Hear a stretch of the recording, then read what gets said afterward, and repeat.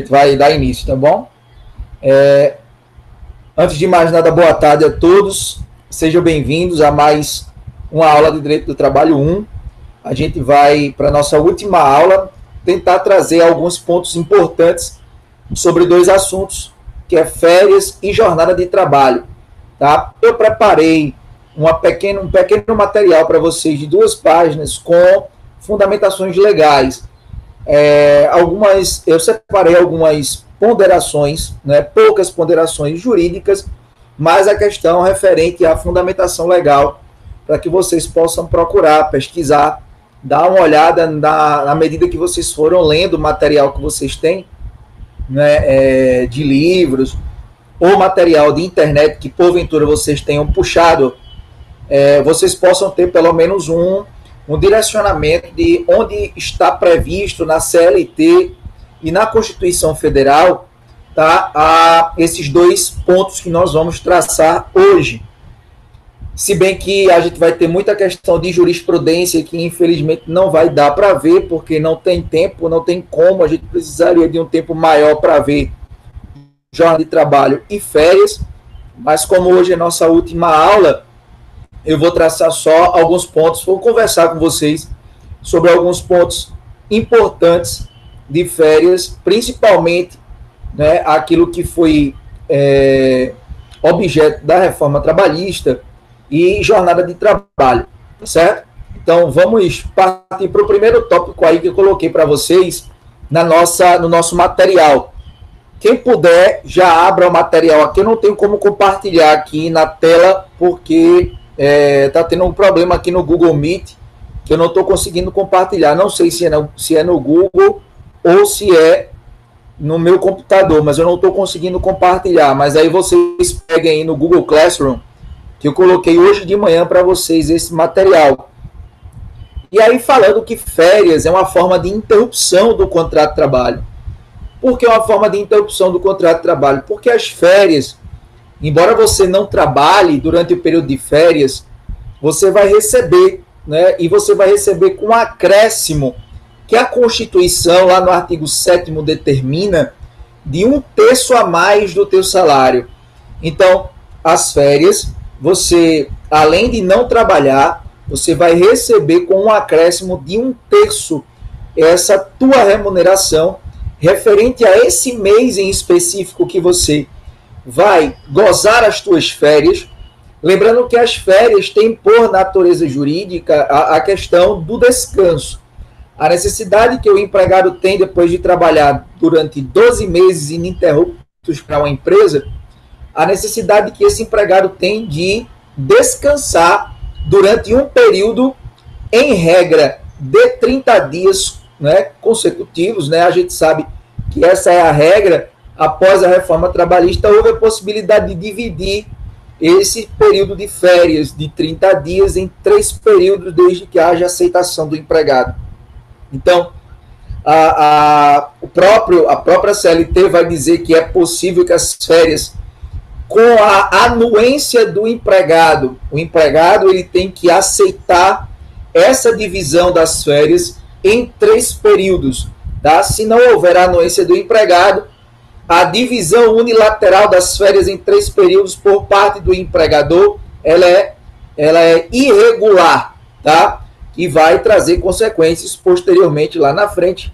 O empregado ele poderá pleitear as férias em dobro. É a consequência pecuniária da não concessão da forma correta das férias. E aí, essa divisão estabelece a própria CLT que um dos períodos não pode ser inferior a 14 dias e os demais períodos não podem ser inferior a 5 dias. No próprio material eu coloquei exemplos para vocês. Eu posso dividir 14, 10 e 6, está dentro do que está estabelecido na própria CLT. 15, 10 e 5, veja que está sempre obedecendo, forma 30 dias aqui, ó, mas está sempre obedecendo os limites estabelecidos pela lei. 25 e 5, 14, 8 e 8. Então, aqui, ó, eu tenho a possíveis divisões que o empregador pode fazer na concessão das férias tripartidas. Agora, há uma necessidade de que a gente sempre lembre de que na prova de marca X sempre vai existir essa correlação de que as férias, para serem tripartidas, é necessário que haja uma anuência por parte do empregado. Então, muito cuidado com isso nas provas objetivas. É muito difícil cair essa questão prática aqui que eu coloquei para vocês, dessa divisão aqui de 14, 10 e 6, né, 15, 10 e 5, para dar os 30 dias. É muito difícil. Isso fica mais para umas questões práticas, né, de errar. Mas para a gente é mais interessante a questão da letra da lei. E a letra da lei ela vai falar especificamente que a tripartição das férias ela necessita da anuência do empregado. Deixa eu só ver aqui no chat para ver se alguém... alguma coisa... Não. Qualquer coisa que vocês quiserem perguntar, ou usa o chat, ou pode abrir o microfone e fazer a pergunta, tá? Fiquem bem à vontade. E aí, meu povo, eu coloquei para vocês que para a gente entender as férias, é necessário que a gente saiba diferenciar o período concessivo do período aquisitivo de férias. O período aquisitivo é quando você ganha direito às férias, e o período concessivo é quando o empregador terá que conceder as férias que você ganhou no período anterior. Então, corresponde o período aquisitivo aos 12 meses de trabalho daquele obreiro, e os 12 meses subsequentes correspondem ao período concessivo. Coloquei aí um esqueminha bem simplório, mas que a gente possa identificar aí o que significa isso. O período concessivo é o período de 12 meses posterior aos 12 meses que ele trabalhou, tá? E nesses 12 meses, os 30 dias de férias têm que ser concedidos dentro desse período. Não é automático. Ou seja, a partir do momento em que eu trabalhei 12 meses, o empregador já tem que me conceder os 30 dias. Não é.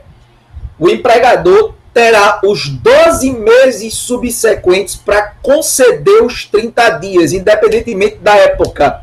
Contanto com que esse empregador ele conceda esses 30 dias dentro dos 12 meses correspondentes ao período concessivo, não podendo passar desse período. Por quê?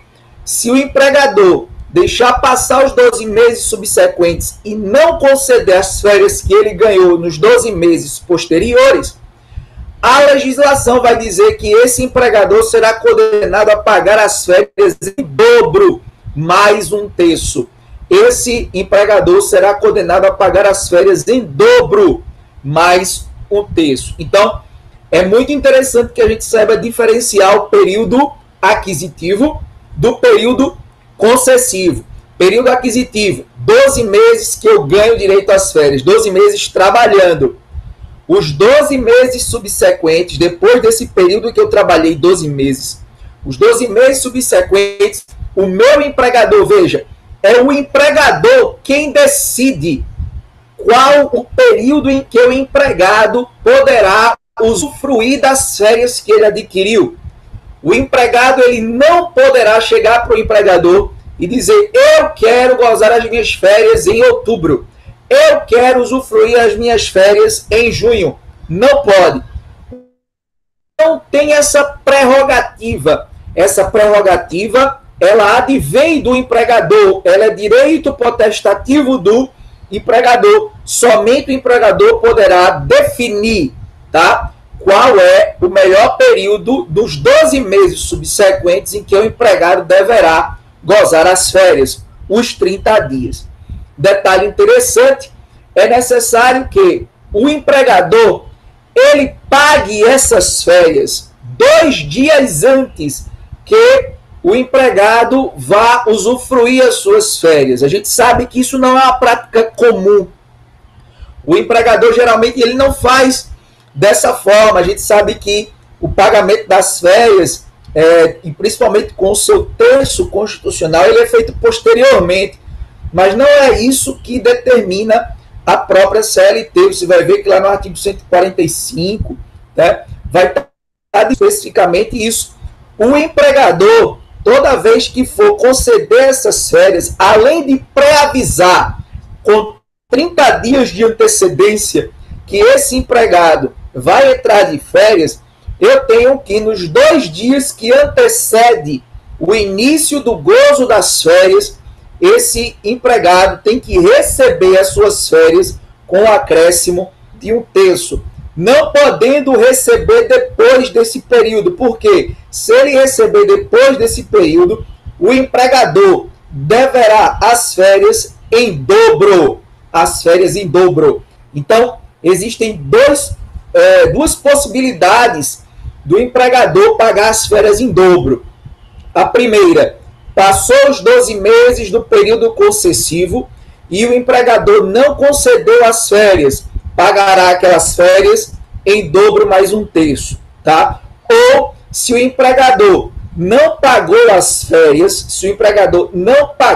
férias, nos 2 dias que antecede o início do gozo das férias, tá? Porque parta do seguinte entendimento: se eu vou gozar férias e a própria Constituição determina que eu tenho que receber com acréscimo de 1/3, eu preciso da minha remuneração para poder, principalmente com o acréscimo, usufruir as minhas férias, porque se parte do pressuposto de que o empregado vai gastar um pouco mais durante esse período, ele vai querer viajar, vai querer ter um momento maior de descanso, o que significa uma maior despesa. Então, é necessário que essas férias sejam pagas antecipadamente. A remuneração mais 1/3, né, das férias tem que ser pagas 2 dias antes do início do gozo das férias. Aí você vai dizer: Fred, eu nunca recebi assim. Pois é, a prática é comum, tá? O empregador, geralmente, ele não observa isso.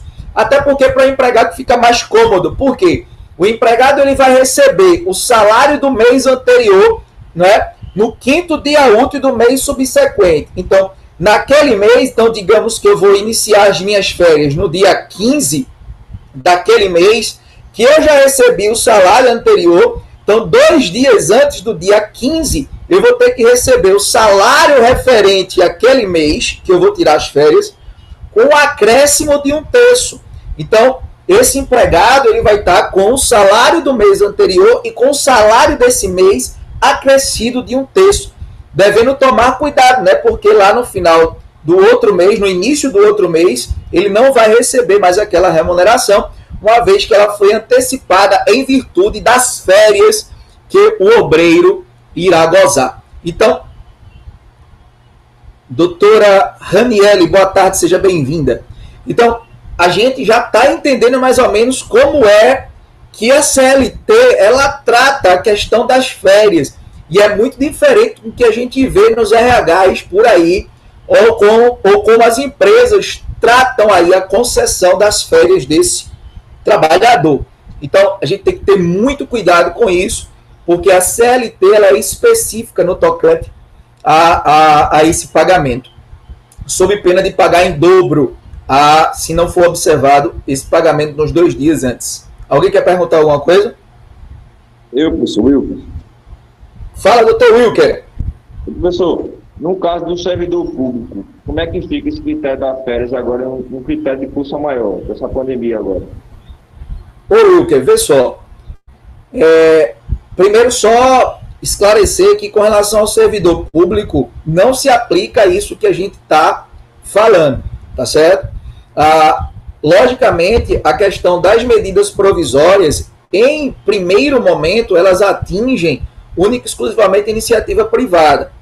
Pagamento de férias com relação a servidor público, salvo o melhor juízo, vai ter que ser observado os regulamentos, os regimentos adotados por cada poder público, por cada órgão do poder público em específico, tá? Salvo o melhor juízo, as medidas provisórias referentes, por exemplo, a antecipação das férias, que está falando aí o pagamento do terço de férias até o dia 20 de dezembro, salvo o melhor juízo, não atinge aos servidores públicos, tá certo? Então tem que se observar como cada órgão vai reagir diante da pandemia com relação à questão de férias dos servidores. Tá bom, Wilker? Beleza, professor? Obrigado. Tranquilo? Aí, vejam só.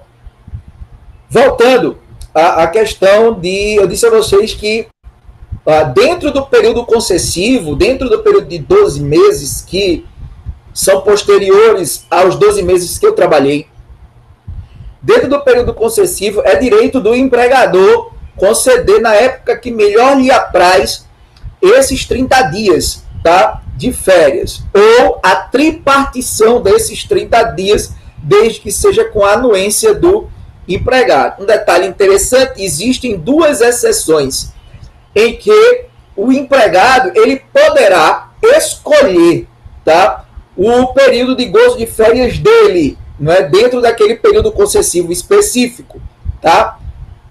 São dois exemplos: empregado menor de 18 anos, tá, e estudante. Vocês sabem que é possível que eu tenha o aprendiz, né?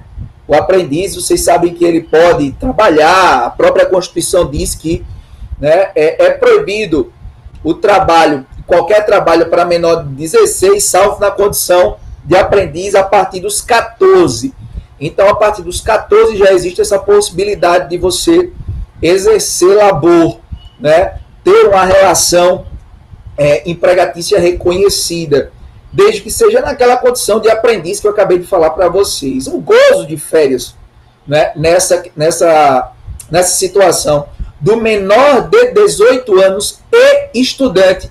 Veja que o requisito é cumulativo. Menor de 18 anos e estudante. Poderá o empregado requerer que o gozo das suas férias coincida com as férias escolares, tá? Então, aí o empregador ele não pode interferir, porque aí já é direito do próprio empregado menor de 18 anos. Então, o empregado menor de 18 anos e estudante poderá requerer ao seu empregador, e seu empregador terá que aceitar, que suas férias coincidam com as férias escolares, tá? Essa é a primeira exceção. A segunda exceção é com relação aos membros da mesma família que trabalhem numa determinada empresa.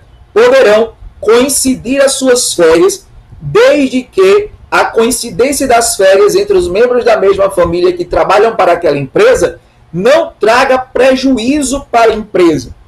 Então, se eu trabalho com a minha esposa na tesouraria da Unifacol, se eu saio de férias junto com ela, a tesouraria da Unifacol para, e obviamente ela vai ter que contratar ou relocar uma outra pessoa para trabalhar naquele local e vai trazer um determinado prejuízo. Esse prejuízo impede que as minhas férias sejam coincidentes com as férias da minha esposa. Todavia, se a partir do momento que a gente requerer para o empregador que as minhas férias coincidam com as da minha esposa, e isso não traz nenhum prejuízo para a empresa, aí é direito dos empregados realizarem esse pedido, e o empregador não poderá se furtar a fazer com que as férias de membros de uma mesma família coincidam, tá? O prejuízo ele tem que ser um prejuízo comprovado, manifesto, mesmo que seja de pequena monta, mas o empregador ele tem que ter como provar por que não coincidiu essas férias, tá? Porque aí já é direito potestativo dos empregados. Então eu tenho duas exceções. Outra questão interessante com relação às férias, que a própria reforma trabalhista nos trouxe, é com relação ao momento em que vão se iniciar esse gozo de férias. Tem que se levar em consideração que o início de gozo de férias não pode se dar 2 dias antes de repouso semanal remunerado e feriado, tá? Então, o início de gozo de férias não poderá coincidir com os 2 dias que antecede feriado ou repouso semanal remunerado, que via de regra é nos domingos. Isso também é uma determinação da própria CLT após reforma trabalhista, tá certo? Então, as férias não podem iniciar 2 dias antes de feriado ou repouso semanal remunerado. Então, essas regras, principalmente essa que eu acabei de falar, e a tripartição das férias, são frutos da reforma trabalhista.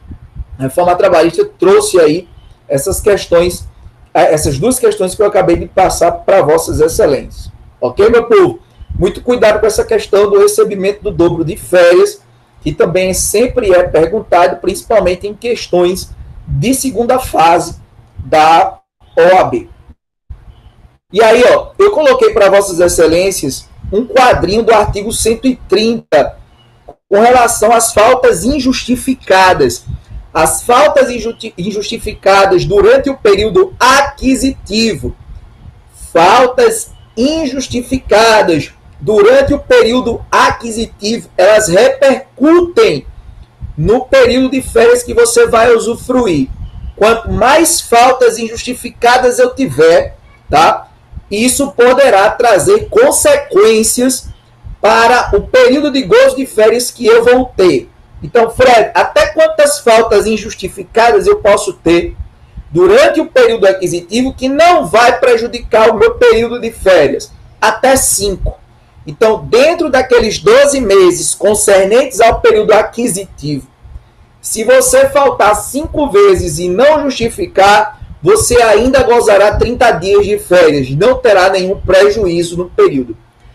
Agora, a partir do 6º dia em diante, vai ter que obedecer essa tabela que eu coloquei para vocês aí, tá? Se eu tiver dentro do período aquisitivo de 6 a 14 faltas, só gozarei 24 dias de férias. Se dentro do período aquisitivo eu faltei injustificadamente 15 a 23 vezes, tá? Dentro desse período aquisitivo, eu só vou ter 18 dias de férias, tá? Todavia, se eu faltei de 24 a 32 vezes e não justifiquei, só vou poder ter 12 dias de férias. Então, essa tabela aí sempre cai também em provas objetivas, tá? É necessário que vocês tenham essa tabela aí, né, memorizada para a prova da OAB, porque na nossa prova vocês vão poder ter acesso a todo e qualquer material, então inicialmente não vai precisar memorizar.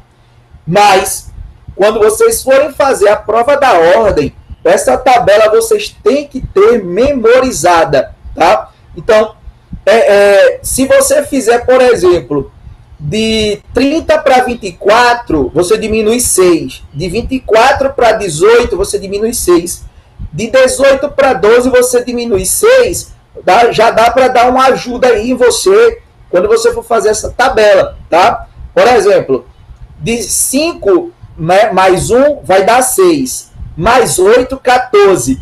14 mais 1 dá 15. Mais 8 dá 23. E 23 mais 1, 24. Mais 8, 32. E você consegue aí colocar essa regrinha aí para memorizar a sua tabela. Os dias de férias você diminui de 30, diminui 6 até chegar a 12. E as faltas injustificadas você coloca lá 30 dias até 5 faltas injustificadas, tá? Você coloca como base, tá? Aí dos 30 diminui 6 até chegar a 12. 30 menos 6, né? 24. 24 menos 6, 18. 18 menos 6, 12. Beleza? Aí vai para as faltas. Tá lá. 5. 5 mais 1, 6. 6 mais 8, 14. Aí 14 mais 1, 15. 15 mais 8, 23. E você, nesse esquema aí, você consegue lembrar de fazer a tabela sem ter que decorar, tá certo? 23 mais 1, 24, mais 8, 32, termina a tabela. Fred, quem faltar mais de 32 vezes dentro do período aquisitivo, ele perdeu o direito de férias porque ele já tirou férias, né? Então você pode até faltar 32 vezes injustificadamente e ainda vai gozar 12 dias de férias. Mas quem faltar 33 vezes ou mais injustificadamente, perde, né, o direito de férias porque já gozou férias, vai começar a contar um novo período aquisitivo se faltar mais de 32 vezes. Correto, galera? Tranquilo? Essa tabelinha sempre cai para a gente também. Deixa eu ver se tem mais coisas para a gente trabalhar. As questões referentes ao negociado sobre o legislado. Férias, está no 611B, gente. Período de férias e o terço de férias está no artigo 611b, o que significa dizer que essa questão envolvendo o terço de férias, tá? Eu não posso colocar isso, né, dentro de um acordo ou de uma convenção coletiva de trabalho, dizendo que eu vou receber menos, que eu vou receber um quarto, que eu vou receber um quinto de férias. Por quê? Porque essa determinação é uma determinação constitucional. Então, a Constituição, ela está protegida dos acordos e negociações coletivas no tocante aos direitos trabalhistas. Os direitos trabalhistas estão previstos no artigo 7º, não podem ser objeto de acordo ou convenção coletiva de trabalho, tá? Constitui objeto ilícito. Então, eu não posso colocar um acordo ou uma convenção coletiva de trabalho prevendo pagamento de menos que um terço de férias, tá? Não posso realizar também um acordo ou uma convenção coletiva estabelecendo um período menor de férias a ser gozado pelo empregado, até porque essa questão ela é uma questão determinada pela Constituição, tá? Outro tópico que eu coloquei para vocês aí foi a questão das férias coletivas. Se forem perguntado a vossas excelências se é possível parte da empresa gozar férias coletivas, é possível. A gente pensa que férias coletivas elas somente podem ser dadas pela empresa à totalidade da empresa, e na realidade não. É possível que parte da empresa ela seja contemplada com as férias coletivas. Então, férias coletivas, elas não precisam ser para toda a empresa, mas podem ser gozadas por parte da empresa. O abono pecuniário é aquela questão referente ao vender as férias. Não sei se vocês já ouviram falar essa expressão, fulano vendeu as férias. O que isso significa? Isso significa que eu posso converter um terço das minhas férias em abono pecuniário. O que significa dizer que pela CLT, conforme está previsto no artigo 143, parágrafo 1º da CLT, eu só posso vender dos 30 dias apenas 10 dias de férias. Aí você vai me dizer, mas Fred, meu pai, meu tio, meu avô, meu irmão, vendeu as férias todas, né? Ele disse que não queria tirar férias e vendeu tudo. É possível? Não. Pela legislação, não é possível. Logicamente, seu empregador, se fizer isso, ele vai colocar no documento lá que você vendeu somente 10 dias. Geralmente é isso que se observa, porque ele não pode colocar no documento que vendeu os 30 dias, porque se ele colocar isso, tá, ele está produzindo uma prova contra a própria empresa, e o RH dele, ou o jurídico dele, vai saber disso, vai informar. Se porventura o empregador quiser tomar essa atitude, tá, de forma correta, ele só pode vender só 10 dias, 30 dias e não mais, né? Sob pena de estar também sujeitando-se à possibilidade de pagar as férias em dobro lá na frente. Porque se eu não concedi as férias corretas para o meu empregado, ele trabalhou quando deveria estar descansando, tá? O empregador terá que pagar em dobro aquelas férias. Existe uma penalidade pecuniária, vai pagar em dobro mais um terço. Lembre-se que o abono pecuniário é uma prerrogativa, é direito potestativo do empregado. Se o empregado quiser vender as férias, o empregador terá que comprar.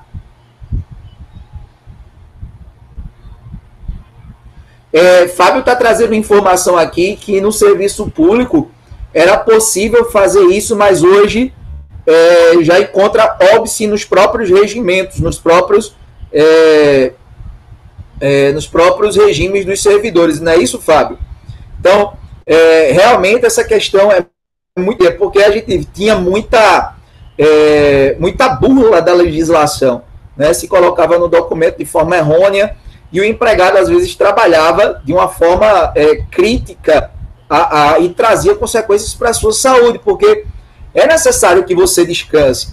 Lembre-se que as normas que se referem a descanso, como férias, domingos, feriados, são normas de indisponibilidade absoluta, o que significa dizer que o empregado não pode abrir mão, porque dizem respeito à saúde do empregado. Quanto mais o empregado exerce labor de forma indistinta, né, de forma, como é que eu posso dizer, sem que haja determinadas pausas ou descanso, o empregado ele pode desenvolver chamadas lesões por esforço repetitivo ou doenças osteomusculares relativas ao trabalho, as chamadas LER-DORT ou doenças ocupacionais, que se não for observado esse tipo de pausa, esse tipo de descanso, pode trazer consequências, inclusive, irreversíveis para o trabalhador. Então, se o trabalhador trabalha 12 meses e o empregador não concede os 30 dias porque o empregado quer comprar tudo, tá? Esse empregador, ao invés de ele estar ajudando o empregado, ele está prejudicando a saúde do seu empregado. E ocorre aí, como o Fábio muito bem observou, na maioria do serviço público, né, não se tem mais essa possibilidade de conversão, tendo em vista que se preza mais pela saúde do servidor e do obreiro, né, na iniciativa privada, do que o ganho pecuniário. Tranquilo, meu povo? Obrigado aí pela observação que Vossas Excelências estão fazendo. É sempre bom que vocês participem durante a evolução da aula e perguntem. E eu acho interessante que vocês sempre gostam mais da questão do serviço público, né? A questão do serviço público sempre é mais perguntada. Toda sala é unânime, sempre tem a dúvida envolvendo o serviço público, mas a CLT não se aplica, a não ser que seja nos casos em que a contratação no serviço público se dê pela CLT, né? Se dê pela CLT, porque vocês sabem que o regime pode ser híbrido, a administração pública também poderá, mesmo fazendo concurso público, contratar sob a égide da CLT. É possível. Aí, Fábio, Wilker, que sempre tem levantado essas hipóteses no serviço público, é possível que se aplique o que a gente está falando. Tranquilo? Então vamos para frente. A questão dos trabalhadores em regime de tempo parcial. Eu costumo dizer que quem trabalha em regime de tempo parcial, eles têm mais vantagens, porque trabalham menos, tá certo? Embora recebam proporcionalmente. Trabalham menos, embora recebam proporcionalmente. Então, se alguém perguntar a Vossas Excelências, é possível que alguém trabalhe e receba menos que o mínimo legal? Você vai dizer que sim. Por quê? Porque existe o trabalhador que labora em regime de tempo parcial. O trabalhador que labora em regime de tempo parcial não trabalha as 8 horas diárias e 44 horas semanais.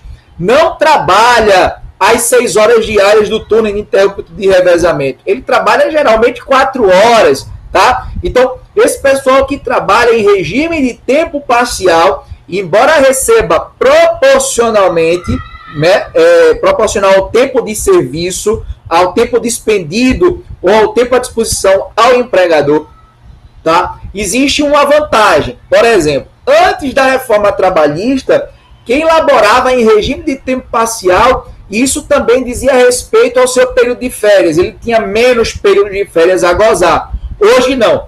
Após a reforma trabalhista, quem trabalha em regime de tempo parcial usufrui 30 dias de férias. Usufrui 30 dias de férias, como qualquer trabalhador comum, mesmo que em jornada maior. Então, você trabalha em regime de tempo parcial, quando você tirar férias, você vai tirar 30 dias de férias como um trabalhador comum.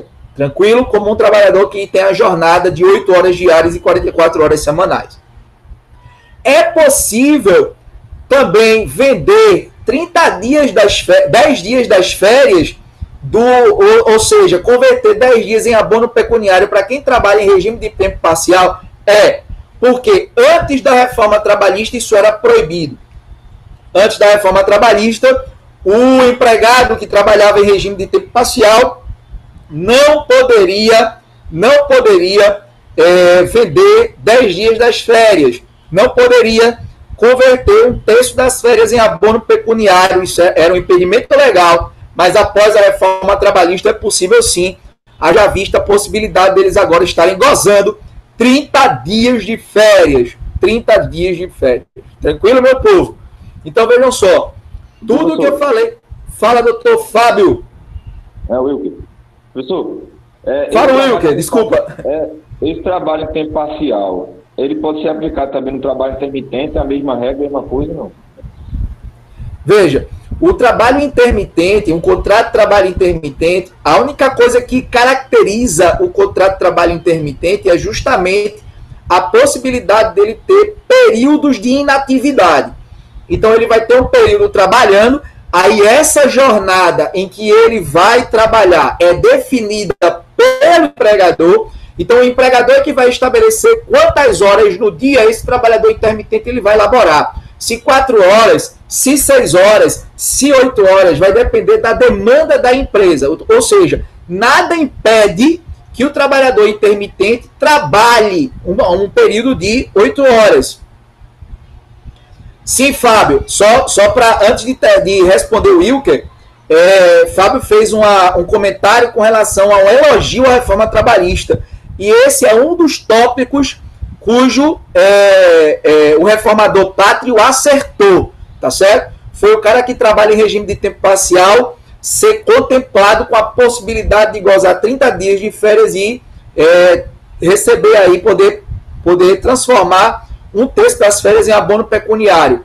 Muito boa observação. Aí, Wilker, voltando para a tua pergunta, o caso referente ao contrato de trabalho, intermitente não significa dizer que se ele vai ter um contrato de trabalho intermitente, necessariamente vai trabalhar em regime de tempo parcial. Não. Quem vai determinar isso é o empregador, essa jornada. O que vai caracterizar o contrato de trabalho intermitente é o período de inatividade. Eu preciso de você 2 meses, depois desses 2 meses, rua. Aí lá na frente, eu preciso de você mais 3 meses. Aí eu chamo você novamente. Aí passou esse período de tempo aí de uns 6, 5 meses sem ele estar trabalhando. Então, isso é um contrato de trabalho intermitente. Eu vou ter um período de atividade e um período de inatividade. Nesse período de inatividade, o empregador não paga nada. Não recolhe previdência, não paga FGTS, não paga salário. Por quê? Tudo já foi pago durante o período em que ele trabalhou. Então é isso, Dr. Wilker, que caracteriza o contrato de trabalho intermitente. Não o período trabalhado, mas período de inatividade que ele pode ter. Respondido, Excelência. Fábio, quer falar? Sim, professor, o trabalho intermitente, inclusive, é uma modalidade de contrato de trabalho com tempo determinado, né? Na realidade, vai ser por tempo indeterminado. Eu vou dizer por quê. O contrato de trabalho, Fábio, intermitente, ele só vai ser, como eu acabei de dizer, caracterizado por esse período de inatividade, mas ele não vai acabar. Ou seja, quando a gente fala de contratos por prazo determinado, são aqueles contratos que vão ter início, né, e fim estipulados no momento da contratação. Só que lá no contrato de trabalho intermitente, quando ele termina o labor, trabalhou 2 meses, terminou o labor, ele vai receber todas as verbas referentes, né, àquela finalização do labor, como se tivesse acabado o contrato de trabalho, mas o contrato de trabalho vai permanecer ativo com relação àquela empresa. Significa dizer que o contrato ele é por tempo indeterminado. Né? Lá na frente eu posso chamar novamente esse empregado. Há possibilidade dele ter vários contratos de trabalho intermitente para poder suplantar esse período de inatividade que ele vai ter em uma determinada empresa. Mas esse contrato que ele vai, esses vários contratos que ele vai ter, não significa dizer que vão ser contratos de trabalho por prazo determinado. Não. Todos serão por tempo indeterminado. Só que no seu meio, né, durante a sua duração, haverão tempos de inatividade, onde ele não prestará labor. Então, só fazendo uma correção, nessa tua observação nesse sentido, tá? Os contratos de trabalho eles permanecerão ativos, embora não tenha prestação de labor. Perfeito, doutor Fábio? Ok, entendido, obrigado. Tranquilo, eu que agradeço. Meu povo, é sempre bom, eu gosto muito de dar aula aqui no quarto A. Por quê? Porque no quarto A vocês participam, vocês, né, trazem aí os questionamentos. É muito importante que vocês suscitem as dúvidas, falem o que vocês leram, o que vocês estudaram. Sempre eu estou vendo o Fábio colocar comentários no Google Classroom, lá no nosso grupo de WhatsApp. Isso só vem a enriquecer o nosso conhecimento, enriquecer o debate, a dúvida de Fábio, a dúvida de Wilker, né, a dúvida de Raniele, ela pode ser sua dúvida também. Então, participem durante a aula, que a gente agradece. Vamos para frente, agora vamos trabalhar o assunto de jornada de trabalho. Um dos assuntos que tem mais, né, número de, digamos... Doutor Felipe Costa adentrou na nossa aula. Seja bem-vindo, doutor Felipe. É sempre um prazer a sua participação em nossas aulas. Seja bem-vindo. Deixa uma mensagem aí para o pessoal. Acho que você quer avisar sobre o webinário, não é isso? Isso aí. Nos dias 20 e 21 de maio. Nesses dias as aulas serão gravadas e disponibilizadas na plataforma do Google, da sala de aula, no Google Classroom, porque nós temos um webinário que vai ser um seminário. Obrigado, Felipe. Vai ser um seminário da faculdade, tá? E a partir de amanhã, as aulas de Vossas Excelências serão disponibilizadas no Google Classroom gravadas. Não vai ter a aula ao vivo, como a gente faz durante o período da aula, tá certo? Vocês ficam avisados, né, a partir desse momento. Mas é só no período da noite ou à tarde também? Boa pergunta, Felipe. Aproveita que tu tá aí e responde essa pergunta que foi feita. Vai ser durante o período da tarde. Também ela será disponibilizada de forma gravada ou ela pode ocorrer ao vivo, como a gente está fazendo sempre? Responde aí ao pessoal. Pode abrir o microfone, Felipe, para a gente ouvir a sua voz. Fala, Pipu. Fala, doutor. E aí, tudo bom? Boa tudo tarde, certo. Pessoal, todo mundo. Desculpa aí estar invadindo sua aula, meu amigo. É só fazer nosso papel aqui para fazer a divulgação desse evento aí que foi criado com tanto esforço e carinho para que todo mundo tivesse pelo menos um debate tão importante como esse. Perfeito. Tá? A gente vai estar disponibilizando, vai estar na realidade transmitindo esse evento tanto pelo YouTube, como pelo Facebook, como pelo Instagram. Porém, eu indico que utilize o YouTube, que eu acho até uma ferramenta melhor, que dá a opção de você transmitir até pela televisão, você assistir pela própria televisão. Uhum. O evento será só à noite, às 19 horas. Aos alunos da tarde haverá aula normal, remota. Beleza, agora, beleza. Para as aulas da noite só será disponibilizada a aula gravada pelo professor. Gravada. Beleza. Acho que era isso, né? Agora sanou. Eu ia pedir para tu transmitir, já que eu atrapalhei mesmo já, era para tu transmitir aí a programação que já está disponível aí. Tá, agora deixa eu ver aqui Deixa eu ver aqui se eu consigo. Tá. Faz isso aí, Felipe. Porque tá no grupo da faculdade, né? Só que eu não tô conseguindo, sabe o quê? Colocar para compartilhar a tela com os alunos. Eu estou vendo aqui quais são os participantes, né? Estou vendo aqui os participantes, mas eu não estou conseguindo compartilhar a tela para os alunos. Por quê? Tu colocou embaixo, não? Coloquei, mas ela não compartilha. Não sei se é eu estava dizendo até ao pessoal. Não sei. Agora você está fazendo a apresentação, acho que vai aparecer. Tá aparecendo para o pessoal aí? Eu acho que tá. Vocês estão conseguindo ver aí a programação? Pronto. Sim, tá vendo, tô vendo. Pronto, tá aí.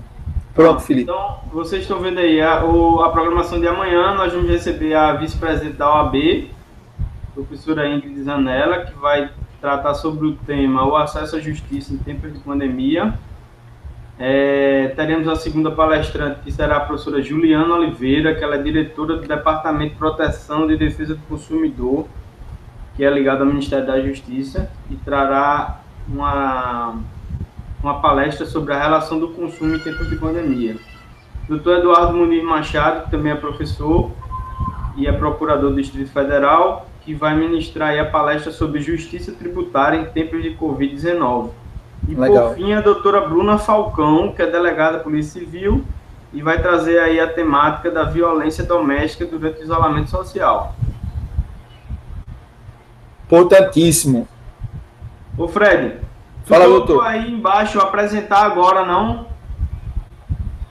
Eu coloquei, mas a minha janela aparece o seguinte coisa: não é possível compartilhar sua tela, você precisa conceder as permissões para compartilhar a tela. É o seguinte, vê só, lá em cima, do lado do link, vai ter um microfone aí vermelho que está gravando a aula. Certo. E vai aparecer também a opção de compartilhamento. Pode ver que vai ter dois. O meu está bloqueado, assim. Hã? O meu tá bloqueado, é verdade. Pronto, aí você clica nele. Vai botar aqui, permitido temporariamente, tá certo agora. Pronto. Agora vai. Agora foi. Foi ou não? Tu és o pipoco de Tandera mesmo, vixe. Depois eu mando um horário pra tu. Beleza. Valeu. Um abraço, tchau, velho. Outro, velho. Tchau, tudo de bom. Oi, todo mundo, tchau. Valeu, tchau. Pessoal, vamos lá. Voltando aqui para Vossas Excelências, né? A gente está com a questão da jornada de trabalho, e a questão envolvendo a jornada de trabalho, ela também teve algumas observações a serem realizadas no tocante à reforma trabalhista. O que foi que eu perdi aqui de vocês? Deixa eu ver.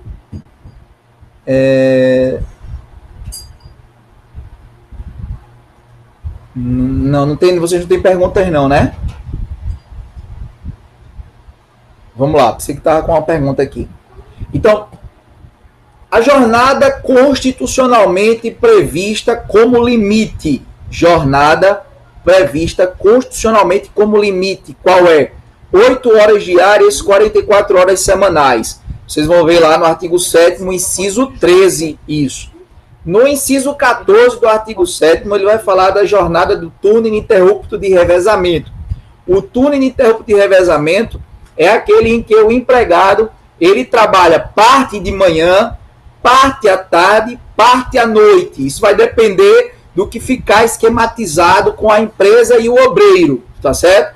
Então, isso é necessário que o obreiro observe que durante a sua jornada de trabalho diária não poderá ultrapassar 6 horas, porque quem trabalha em jornada de turno ininterrupto de revezamento, que alterna os turnos, ele pode trabalhar 3 horas pela manhã, 3 horas à noite, fechando aí as 6 horas diárias. Agora, o que eu estou querendo dizer a vocês é que essa jornada de 6 horas diárias estabelecidas pela Constituição só ficou estabelecida porque quem trabalha dessa modalidade, ele pode chegar a trabalhar de madrugada. Ele alterna turnos, trabalhando noite, madrugada, dia, tarde. Isso significa dizer que essa jornada vai ser prejudicial à saúde do obreiro. Então, como eu estou diante de uma jornada que ela é prejudicial à minha saúde, é necessário que eu possa, né, estabelecer uma benesse. E essa benesse a legislação trouxe como uma jornada menor, com 2 horas a menos, tá? Com 2 horas a menos que a jornada para turno ininterrupto de revezamento. Então, Fred, trocando em miúdos, para a prova, qual é a jornada limite? 8 horas diárias, 44 horas semanais, essa é a máxima prevista na Constituição. Salvo quem trabalha em turno ininterrupto de revezamento, que a jornada é 6 horas diárias. Então, meu povo, para a prova, memoriza isso. A jornada de 6 horas diárias como limite é para quem trabalha em turno ininterrupto de revezamento. Fred, mas tem outros trabalhadores que têm essa jornada também, bancários, né? Algumas jornadas são menores, é verdade, tá? Eu só estou falando aquelas que estão com previsão na Constituição, tá? Existem outras jornadas especiais que não vai dar tempo da gente trabalhar, mas o que eu quero que vocês lembrem é da regra. A regra é na Constituição, para todo mundo, só pode trabalhar 8 horas diárias, 44 horas semanais, esse é o limite constitucional. Para quem trabalha em turno ininterrupto de revezamento, o limite diário é de 6 horas de trabalho. Fred, é possível fazer horas extras? É. Quantas além da 8ª? 2 horas a mais. Então, é possível fazer horas extras. Você só pode fazer além da 8ª 2 horas. Aí você vai me dizer, Fred, eu conheço gente que faz mais. Beleza, eu sei disso. Mas eu só quero trazer para vocês o limite legal, tá? O limite legal são 2 horas além da 8ª, tá certo? Fred, eu tenho que pagar toda vez que esse empregado fizer horas extras? Depende. Você só vai pagar se você não compensar. O que é compensar? Toda vez que o empregado fizer horas extras, eu compenso a ele com o tempo de descanso. Exemplo, durante a semana ele trabalhou segunda, terça, quarta e quinta. 1 hora além da 8ª. Trabalhou 9 horas, segunda, terça, quarta e quinta. E eu disse a ele, fera, sábado tu fica em casa? Quando eu digo a ele, sábado fica em casa, eu compensei as 4 horas que ele deveria trabalhar no sábado para fechar as 44 horas semanais, percebe? Então, como ele trabalhou essa jornada suplementar na segunda, na terça, na quarta e na quinta, trabalhando 1 hora a mais, eu compensei essas 4 horas a mais no sábado. Vou precisar pagar horas extras para ele? Não, porque eu compensei a jornada suplementar daquele dia. Horas extras não é para ser feito, gente. Por quê? Quem trabalha em jornada suplementar adoece com o passar do tempo. Quem trabalha em jornada suplementar adoece com o passar do tempo. Segundo, nem sempre é necessário que a empresa trabalhe nessa questão de horas suplementares. Então você vai ter que ter, na realidade, essa necessidade para poder fazer com que o seu trabalhador ele labore em jornada suplementar, sempre dando a possibilidade de conceder a ele descanso, tá? Se você não conseguiu conceder a ele o descanso, aí sim é que você terá que remunerar esse teu trabalhador que já laborou além da 8ª hora, né? Trabalhou em jornada suplementar, um valor X aí, e aí você vai ter que, cada hora que ultrapassou a 8ª, você vai ter que adicionar aí, você vai ter que dar a ele um adicional de 50% no mínimo, que é o chamado adicional de horas extras.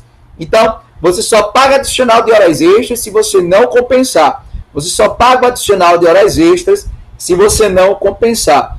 50%, gente, é o mínimo. Eu posso estabelecer um percentual maior, principalmente é o que a gente vê geralmente nos acordos e nas convenções coletivas de trabalho, tá?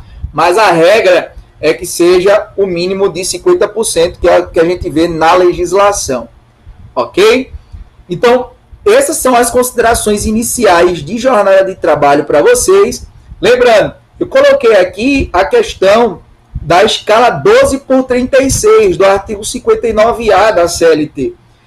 Quem trabalha em escala 12/36 trabalha 12. Pode perguntar quem é? É o Wilker ou é o Fábio? É o Wilker. Fala, qual Wilker. o limite dessa Wilker? Qual o limite essa hora extra? Porque não tem uma porcentagem, né? Uma porcentagem para quê? Para pagar ou para trabalhar? Para pagar. 50%, para pagar? Né? Parece que não é assim, né? Mas não tem máximo, não. Não tem máximo, não. Não. Você pode pagar até 100%. Isso vai depender do que está lá no... Até o dobro. Você vai depender do que está lá no acordo na convenção coletiva de trabalho. O que a lei estabelece é o mínimo, que é o mínimo de 50, não estabelece o máximo, não. Respondido? Ok, respondido. Obrigado. Tranquilo. Vê só, quem trabalha 12 e descansa 36, tá? O próprio nome já está dizendo da escala, né? 12 por 36, em regra, trabalha menos de quem trabalha 8 horas diárias, 44 horas semanais. E aí a grande questão é o seguinte, para fazer uma escala 12 por 36 com o obreiro, tem que se fazer um ajuste prévio? Tem. Esse acordo tem que ser feito um acordo ou individual ou um acordo ou convenção coletiva de trabalho. Antes, só havia possibilidade de se reconhecer a escala 12 por 36, 12 por 24, 12 por 48, desde que existisse aí a possibilidade de se fazer através de acordo ou convenção coletiva de trabalho. Veio a reforma trabalhista, e na reforma trabalhista disse que não, eu posso fazer um acordo individual, estabelecendo para os meus empregados uma escala 12 por 36, tá certo? E esse acordo terá validade. Então, hoje, o artigo 59A da CLT permite que a escala 12 por 36 seja estabelecida por acordo individual. Detalhe, se eu perguntar a vocês, a minha escala caiu lá no domingo, trabalhei no domingo, eu vou poder receber o dobro que eu trabalhei no domingo, porque diz a legislação que eu não posso trabalhar no domingo. Mas quem trabalha 12 por 36, mesmo que trabalhe domingo ou feriado, ele não terá direito de receber o dobro, porque já está automaticamente compensado, tá certo? Então, quem trabalha 12 por 36, se sua escala cair no domingo, você trabalhou no domingo ou trabalhou no feriado, você não receberá dobrado. Por quê? Porque já foi automaticamente compensado. Essa é a exegese do artigo 59A da CLT. Perfeito, meu povo? Vejam que essas são as informações que eu estou trazendo para vossas excelências, fruto da reforma, tá? Essa da 12 por 36 foi fruto da reforma trabalhista, geralmente cai em prova. Falando de compensação de jornada, aí a gente vai para o chamado banco de horas, tá certo? O que é o banco de horas? Como o próprio nome está dizendo, banco de horas vai servir para você, durante um período de tempo, você vai acumular horas extras durante aquele período de tempo para você compensar com horas de descanso depois. Você vai, durante um período de tempo, trabalhar em jornada suplementar para depois compensar com horas de descanso. Então, se durante um período aí de um mês, durante um período de 6 meses, por exemplo, você trabalhou 24 horas extras, tá certo? Aí, dentro desse período de 6 meses, né, você trabalhou 2 meses, você trabalhou 24 horas extras, aí nesses 2 meses, aí subsequente, ou nos 3 meses, 4 meses que restam para terminar os 6 meses, você vai tirando desse banco de 24. Então, você vai dar 2 horas extras, você vai dar 2 horas de descanso, o cara largou 2 horas mais cedo numa segunda-feira, aí das 24 você tirou 2 horas, então ainda está no banco 22 horas.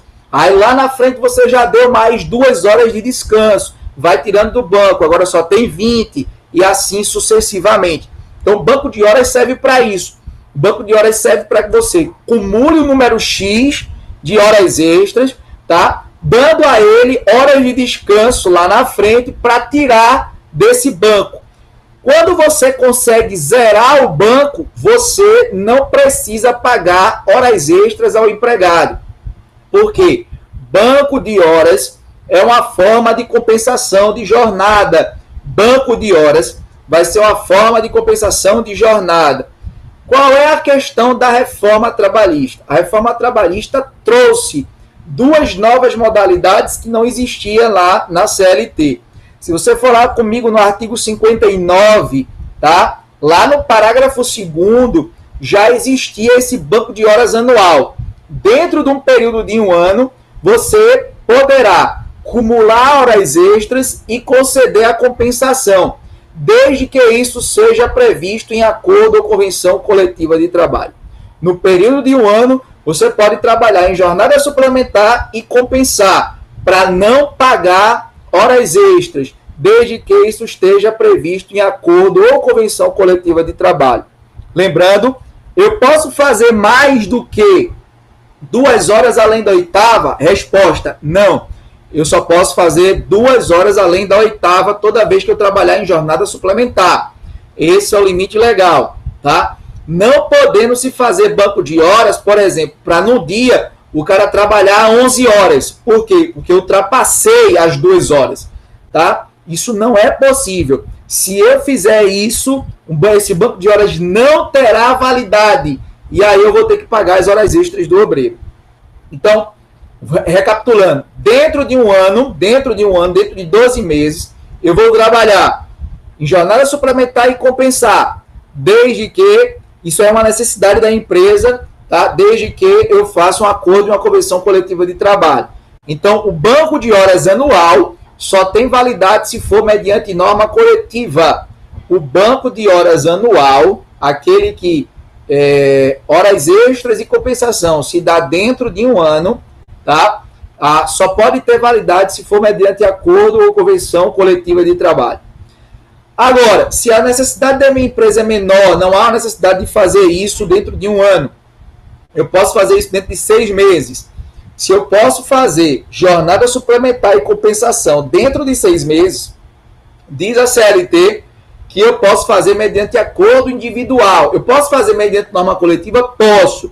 Mas a CLT permite que eu possa fazer isso diretamente com o meu empregado. Fred, mesmo que meu empregado seja hipossuficiente, mesmo que ele seja o hipossuficiente. Então, quando você está dentro de uma possibilidade de banco de horas semestral, onde compensação de jornada e jornada suplementar se dão dentro de 6 meses, ela pode se dar mediante acordo individual entre o empregado e o empregador.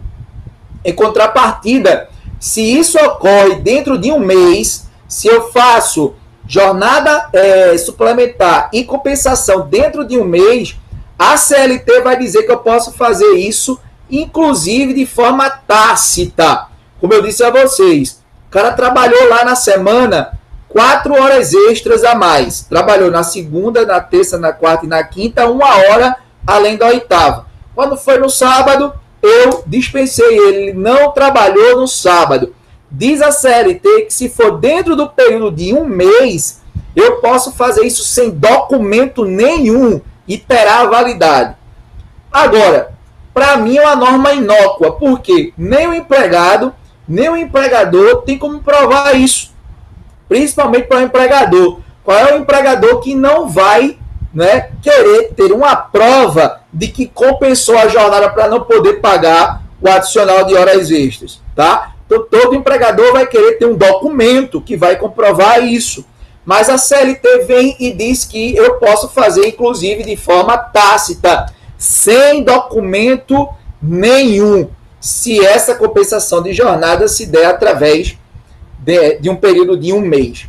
Então, eu tenho a compensação anual, obrigatoriamente por acordo ou convenção coletiva. A semestral pode ser por acordo individual ou norma coletiva. E a dentro de um mês, a mensal, ela pode ser realizada, inclusive, na modalidade tácita, sem que haja documento comprovando que houve a compensação. Tranquilo, meu povo? Fruto da reforma trabalhista também, porque isso só existia lá na CLT a anual, tá? Aí a semestral e a mensal foi fruto da reforma.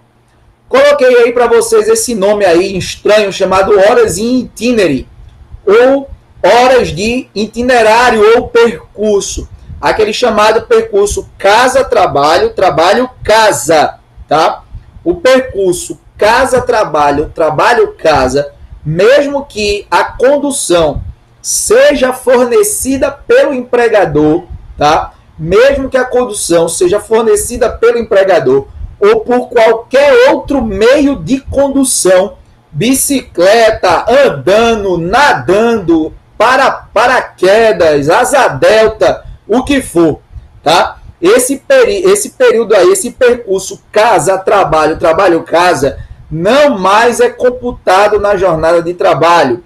Não existe hoje, após a reforma trabalhista, desde 2017, tá? Como requerer, desde que você tenha sido contratado, né? Obviamente, após a reforma, não há mais como você requerer horas itinerárias. Por quê? A CLT disse que não é mais possível você computar o período de casa para o trabalho, do trabalho para casa, como período à disposição do empregador, tá?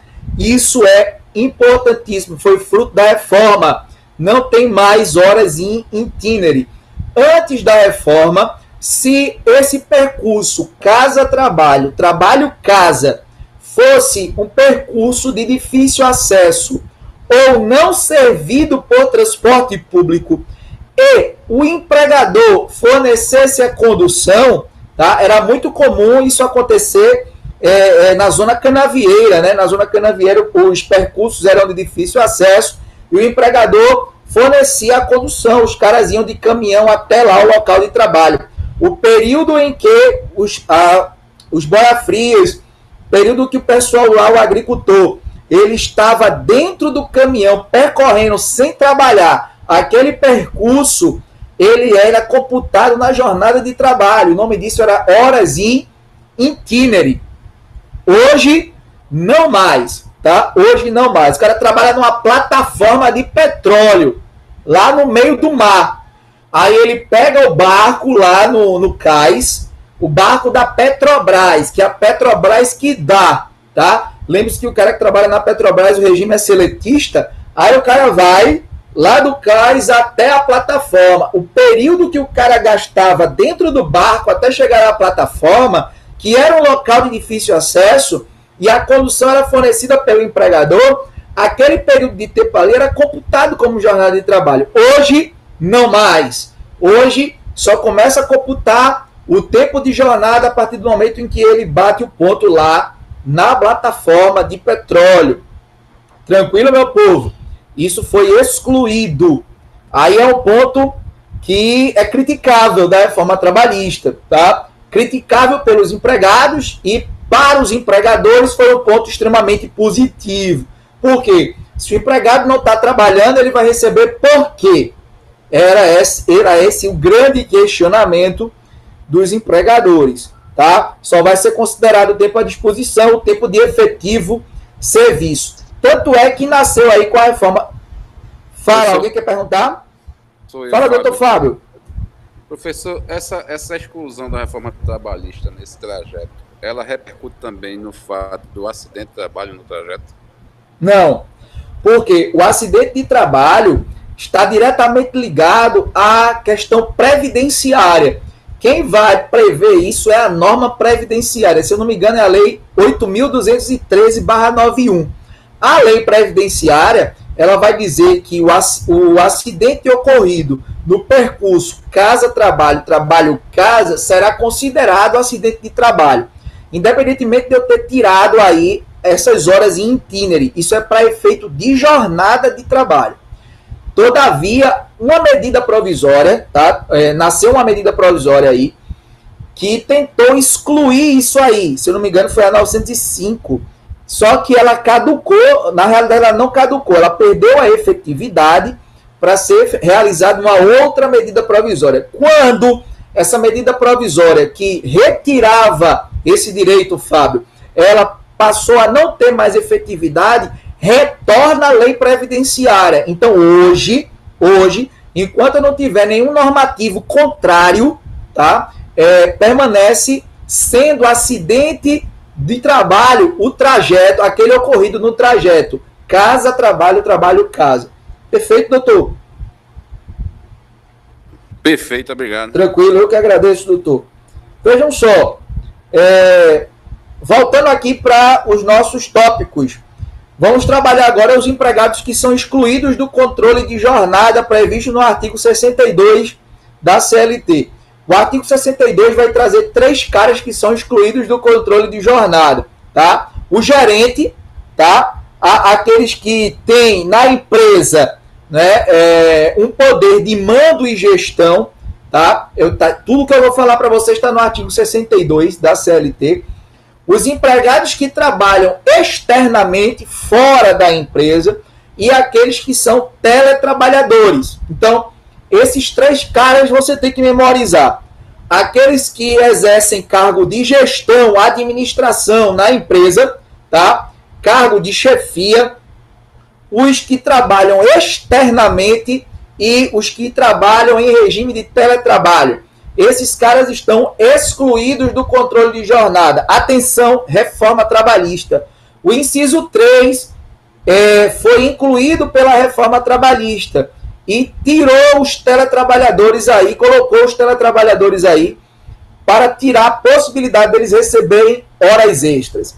Fred, isso quer dizer que nenhum gerente, nenhum trabalhador externo e nenhum teletrabalhador possa requerer horas extras? Falso. Por que está falso? Porque é possível que a jornada desses trabalhadores elas sejam controladas de forma indireta. Ou seja, o empregador, de forma subreptícia, lá nos bastidores, de forma escamoteada, eles podem controlar a jornada desse obreiro, tá? Determinando certos procedimentos.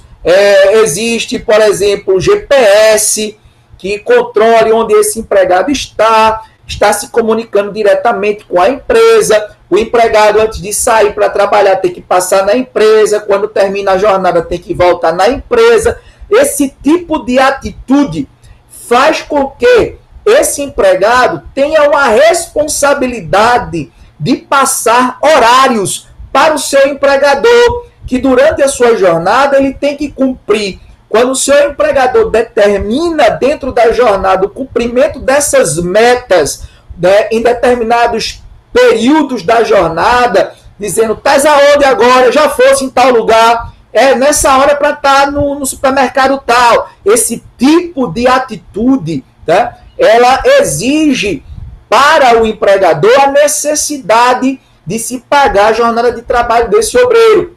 Mas para isso o obreiro ele tem que geralmente judicializar. E o gerente, gente, o gerente tem uma outra questão. Para que o gerente ele possa verdadeiramente ser considerado gerente, ele não pode ser subordinado. O que significa dizer? Ele tem que ter o poder realmente de mando e gestão para com os demais empregados, só respondendo ao seu empregador.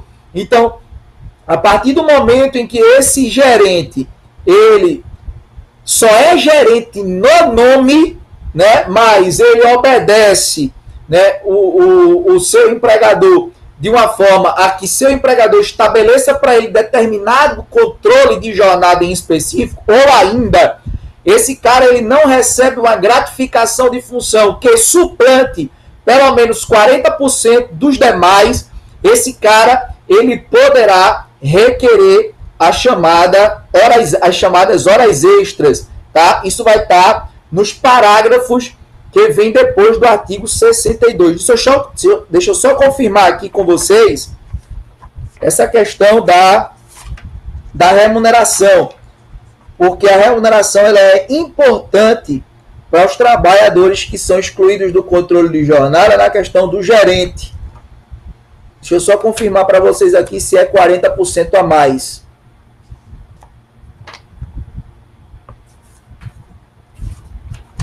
Professor, 40%. É 40% a mais? Muito obrigado. Leia aí, por favor. Também os trabalhadores que exercem cargos de confiança, de gerência, com poderes de mando, comandam a gestão da empresa, desde que percebam um padrão mais elevado de vencimento que os demais obreiros, percebendo a gratificação nunca inferior a 40% do salário efetivo. Perfeito. Então, perceba que a questão inerente ao gerente está também diretamente ligada à gratificação de função. Se ele recebe uma gratificação de função menor, notadamente é o chamado gerente só no nome, tá certo? Por quê? Para que ele possa ser gerente não sujeito ao controle de jornada, né, é necessário que se gratifique a ele um valor né, específico, que está aí a própria CLT dizendo que tem que ser 40% a mais do que o salário efetivo dos demais trabalhadores, para que dê vazão a essa jornada de trabalho, né, maior que o gerente vai ter, porque notadamente o gerente é aquele primeiro a chegar e o último a sair, que ele vai ter essa questão de organização da empresa. Então, é necessário que se observe isso. E o teletrabalhador, embora seja mais difícil a gente ter controle de jornada para teletrabalhador, mas é possível que exista.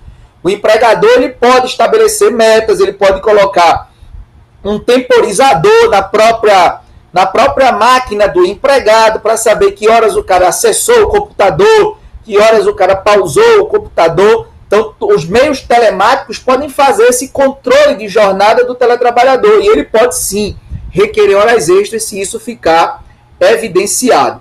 Tá certo, meu povo? Então, memoriza aí o artigo 62, que é importante para a gente. Dr. Wilker está mencionando aqui que a leitura foi no parágrafo único do artigo 62 da CLT. Obrigado, Wilker. Vamos para frente. Trabalhador noturno. O cara que trabalha em regime noturno, gente, vocês já sabem que ele vai ter direito a um adicional noturno. Só que você precisa saber das regrinhas. Então, existem regras diferentes para determinadas espécies de trabalhador. O trabalhador urbano, o trabalhador rural e o advogado empregado. Então, o trabalhador urbano vai obedecer essa tabelinha que eu acabei de falar para vocês, tá? Nessa tabelinha você está vendo que o cara que é urbano, ele vai ter direito ao adicional noturno de, no mínimo, de 20%, né, no mínimo, desde que ele trabalhe de 22 horas de um dia a 5 horas do outro dia. 22 horas de um dia a 5 horas do outro dia. Essa é a jornada de trabalho do urbano que trabalha no regime noturno com direito à percepção do adicional de 20%. A hora noturna do trabalhador urbano, ela não é 60 minutos. A hora noturna é 58 minutos e 30 segundos. Tá? 52 minutos e 30 segundos. Por que isso? Porque a hora noturna é uma hora ficta. O cara trabalha menos. Você vai ver que quem trabalha das 22 às 5, ao invés de trabalhar 8 horas, trabalha 7 horas. Então, há uma jornada diferenciada. Conforme eu disse a vocês, essas benesses são dadas porque a jornada noturna traz prejuízos à saúde do obreiro. Você não foi feito para trabalhar à noite. À noite, nesse período aí, você tem que estar dormindo. É o período que o teu corpo vai se restabelecer. Então, é comprovado cientificamente que quem trabalha à noite traz consequências para a sua saúde. Tanto é que a gente já viu que se eu tirar o cara do regime noturno e passar ele para trabalhar de manhã e de tarde, esse cara perderá o adicional de 20%. Perderá o adicional de 20%. Por quê? Porque o ganho que ele vai ter de saúde é maior do que o ganho do que a perda pecuniária que ele vai ter com a movimentação da noite para o dia. Então, a partir desse momento, a gente entende que é necessário dar benesses a esse cara. Quais são as benesses? O adicional de 20% e a hora noturna ficta, que faz com que ele trabalhe aí menos. A hora noturna seria 52 minutos e 30 segundos, tá? Quem trabalha na agricultura e na pecuária tem jornada diferente. Coloquei aí para vocês. Quem trabalha na agricultura trabalha das 21 às 5, tá? Vai receber 25% de adicional e a hora é normal, 60 minutos. Quem trabalha na pecuária tem direito à percepção do adicional de 25% a partir das 20 horas. E é das 20 às 4. Quem trabalha na pecuária, a jornada é bem menor. Embora o tempo de hora noturna seja de 60 minutos. E o advogado, das 20 às 5. O adicional é de 25% e a hora é de 60 minutos. Essa tabela que eu coloquei aí para vocês no material, espero que vocês estejam vendo essa tabela aí, tá? Essa tabela é de sumária importância para a prova da ordem. De sumária importância. primeira e segunda fase, quem for fazer segunda fase em direito do trabalho. Essa tabela tem que estar na cabeça de vossas excelências, tá certo?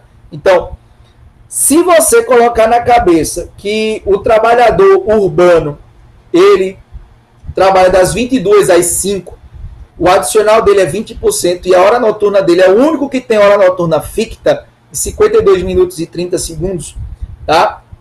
Nos demais dá para você memorizar, tá? Porque é necessário que você tenha o entendimento do que a CLT vai entender como jornada noturna. O resto a legislação espaça, geralmente é menos pedido, mas você vai ter que saber também o do rural e do advogado. Ok? Para finalizar nossa aula de hoje, intervalo. Intervalo intra-jornada e interjornada. Quem é? O Wilker ou o Fábio? Fala, Wilker.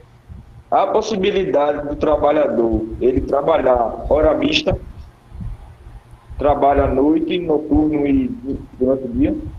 Esse é o chamado trabalhador em turno ininterrupto de revezamento, Wilker. Essa previsão está no artigo 7º, inciso 14 da Constituição. Esse cara que você chama de trabalhador em jornada mista, ele também tem direito à jornada especial. A jornada dele é de 6 horas diárias. 6 horas diárias, não podendo passar disso. O que passar disso é hora extra, tá certo? E sempre que esse cara, Wilker, trabalhar, esse cara geralmente é urbano, tá? Se esse cara trabalhar entre 22 horas e 5, porque vai passar, né? Se ele trabalha 6 horas, ele não pode trabalhar às 7.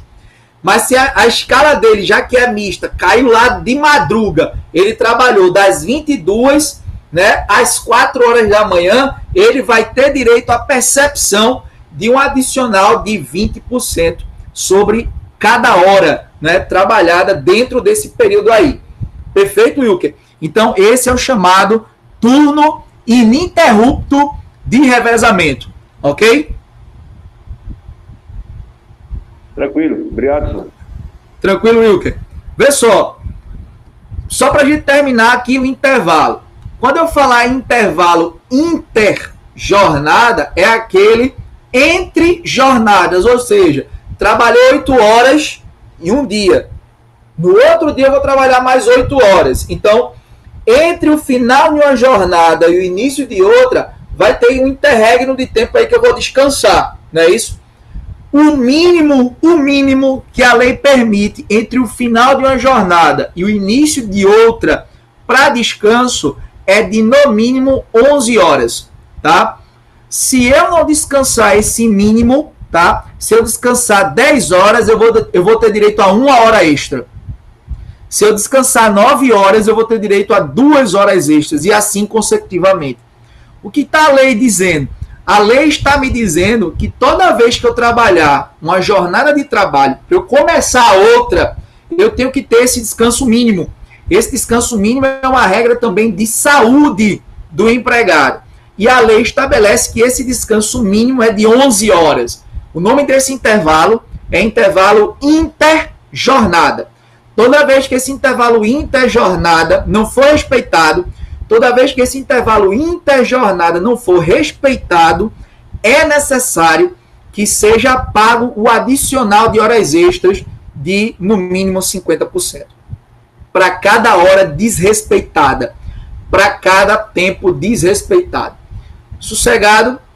Já o intervalo intrajornada é aquele dentro da jornada.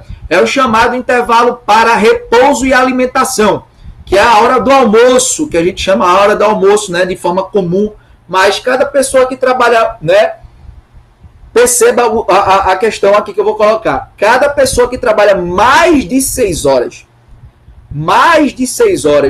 ela tem que descansar no mínimo 1 hora, ou se houver previsão, né, em acordo com a convenção coletiva, é possível que ele tenha a possibilidade de diminuição desse mínimo de 1 hora para 30 minutos, ou esse mínimo pode subir para máximo permitido, que é de 2 horas.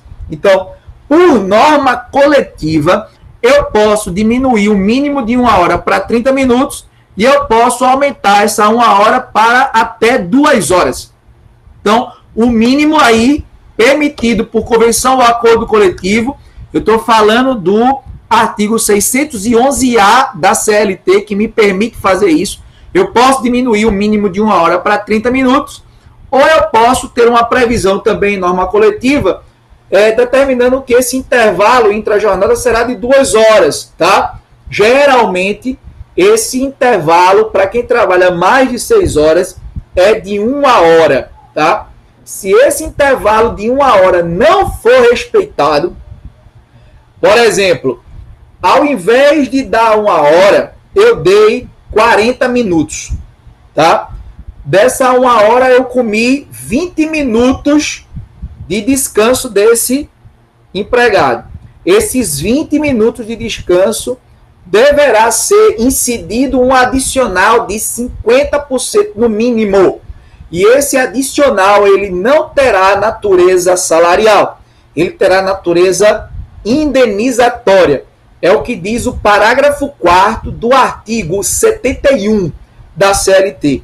O artigo 71 vai dizer: quem trabalha mais de 6 horas, quem trabalha mais de 6 horas, terá direito de descansar no mínimo 1 hora. Todavia, se essa 1 hora não for respeitada, é necessário que se pague um adicional de no mínimo 50% sobre o período suprimido. Lembrando que esse no mínimo de 50%, esse 50% que é previsto na norma, terá natureza indenizatória e não natureza salarial, ou seja, ela não repercute nas demais verbas. E aí, Fábio, Wilker, vocês estão sempre antenados aí, estão sempre vendo aí essas questões da reforma que foram benéficas ou não. Isso não foi benéfico para o trabalhador. Por quê? Para o trabalhador, esse descanso aí, quando ele é retirado, ele deveria ser pago sempre em 1 hora com adicional de 50%, e esse adicional tinha natureza salarial, repercutia nas demais verbas, então o valor seria maior, o valor a ser pago ao empregado. Mas veio a reforma trabalhista e suprimiu isso do cara, colocou só como natureza indenizatória, então eu só pago o adicional, não repercute nas demais verbas. Então, para a empresa isso é bom? Mas para o empregado foi péssimo, foi diminuição de direitos. Então, estou trazendo para vocês aí essas questões que envolvem a reforma trabalhista, que é o que é mais cobrado. Outra coisa, Fred, para quem trabalha menos de 6 horas, a lei diz que quem trabalha mais de 4 horas até 6, o intervalo para almoço e alimentação é de 15 minutos. Quem trabalha mais de 4 até 6 horas, o intervalo é de 15 minutos. Quem trabalha mais de 6 horas, o intervalo mínimo é de 1 hora, o máximo é de 2, podendo ser reduzido o mínimo de 1 para 30 minutos por norma coletiva, segundo diz o 611-A da CLT. Lembrando que, se eu não respeitar esse mínimo de 1 hora, eu deverei pagar o período suprimido com adicional de 50%, que terá natureza indenizatória e não salarial. Reforma trabalhista. Galera, pergunta a vossas excelências. Eu sei que foi corrido, eu sei que foi um trem-bala, que é muita informação para vossas excelências, de um período só aí.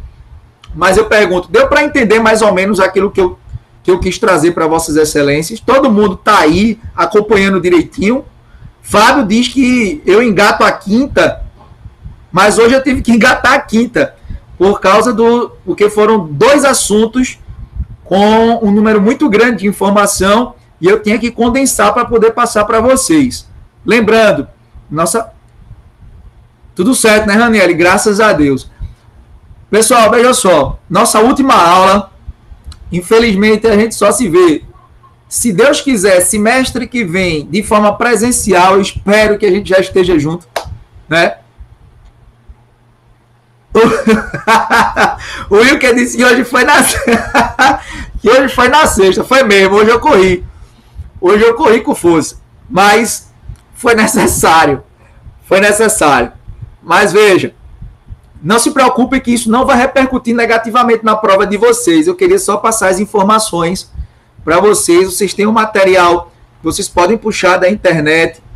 Júlia está dizendo que está tudo ok, valeu, graças a Deus.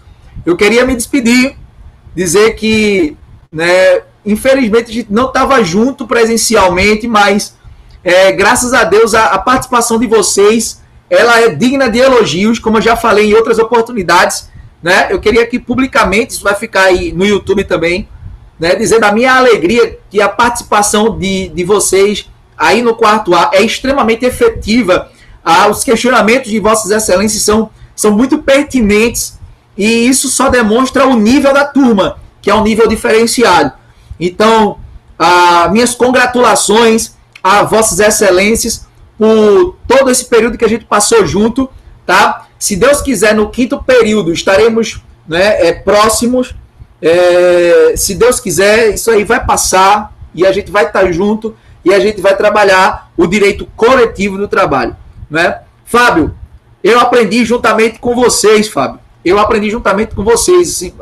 O feedback de vocês é extremamente gratificante para mim. Muito bom mesmo. Espero ter trazido um pouco do direito do trabalho para vocês. Eu espero ter não tornado a disciplina pernóstica, né, chata, mas a gente aqui tentou se virar de alguma forma. Meu muito obrigado para Vossas Excelências, um grande abraço para vocês, se cuidem e até a prova, se Deus quiser. Acho que não vai ter final não, né? Ninguém vai para a final, acho que vocês não querem ir para a final. Mas se vocês quiserem fazer final, eu deixarei uma prova pronta para vocês, tá? Deus abençoe, aquele abraço, tudo de bom e qualquer coisa pode contar comigo, beleza? Foi um prazer inenarrável. Vou interromper a gravação. Forte abraço.